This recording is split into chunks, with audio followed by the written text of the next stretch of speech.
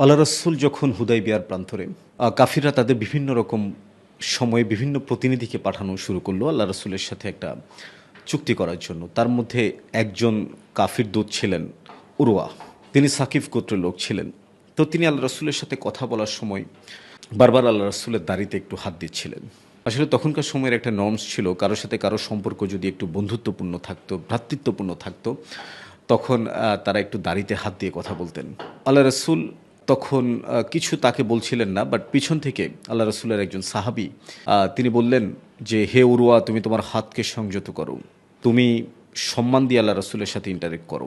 এবং উরওয়া যখন একটু পিছনের দিকে তাকালেন, কে কে এইভাবে তাকে অপমান করে কথা বলল, তখন তিনি দেখলেন যে কথা বলছে যে সাহাবী, তিনি আর কেউ নন, তিনি তারই ভাতিজা, তারই গোত্রের মুগিরা ইবনে শুবা। তিনি উরওয়াকে থ্রেট করছেন। তখন উরওয়া তাকে বললেন যে, হে বিশ্বাসঘাতক, তুমি এখনো আছো?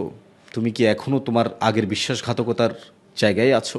বাট মুগিরা ইবনে শুবা এই কথার কোনো জবাব দিলেন না, এবং তিনি শুধুমাত্র তার জায়গায় ফোকাসড ছিলেন যে আল্লাহ রাসূলের সাথে যে উরওয়া যেই ব্যবহারটা করছিল, তিনি সেটা নিয়ে কথা বলছিলেন। তো আসলে উরওয়া কেন মুগিরা ইবনে শুবাকে এরকম একটা কথা বললেন?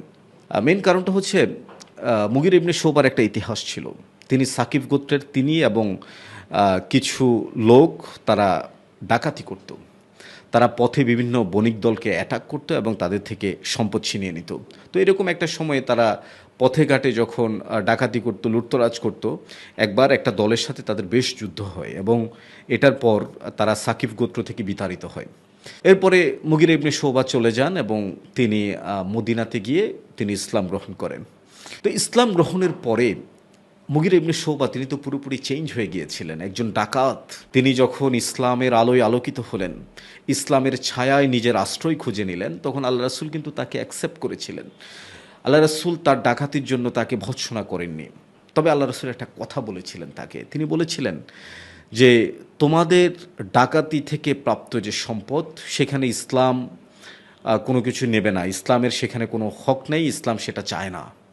এরকম একটা বক্তব্য আল্লাহ রাসূল দিয়েছিলেন, এবং এই বক্তব্যের মাধ্যমে এটা পরিষ্কার হয়েছিল যে তখনও মুগিরা ইবনে শুবার কাছে হয়তো কিছু হারাম সম্পদ ছিল, এবং আল্লাহ রাসূল সেগুলোকে হারাম ঘোষণা করলেন, যেহেতু সেগুলো অন্য মানুষের সম্পদ। এ কারণে আল্লাহ রাসূল ডাকাতির সম্পদকে পুরোপুরি হারাম ঘোষণা করলেন, এবং পরে মুগিরা ইবনে শুবা সেগুলো মানুষকে দিয়ে দেন, দান করে দেন, সাদাকা করে দেন।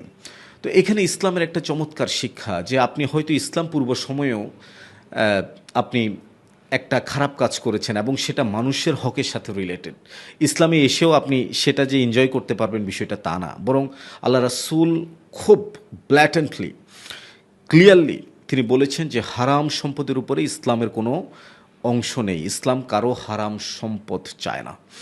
তো অনেকে ইসলামকে অনেকভাবে লেবেল করতে চায়, বাট ইসলাম পুরোপুরি পরিষ্কার যে ইসলাম মানুষের হকের ব্যাপারে খুবই সচেতন, এবং ইসলাম হারামের ব্যাপারে, মানুষের হারাম সম্পদের ব্যাপারে ইসলাম খুবই সচেতন।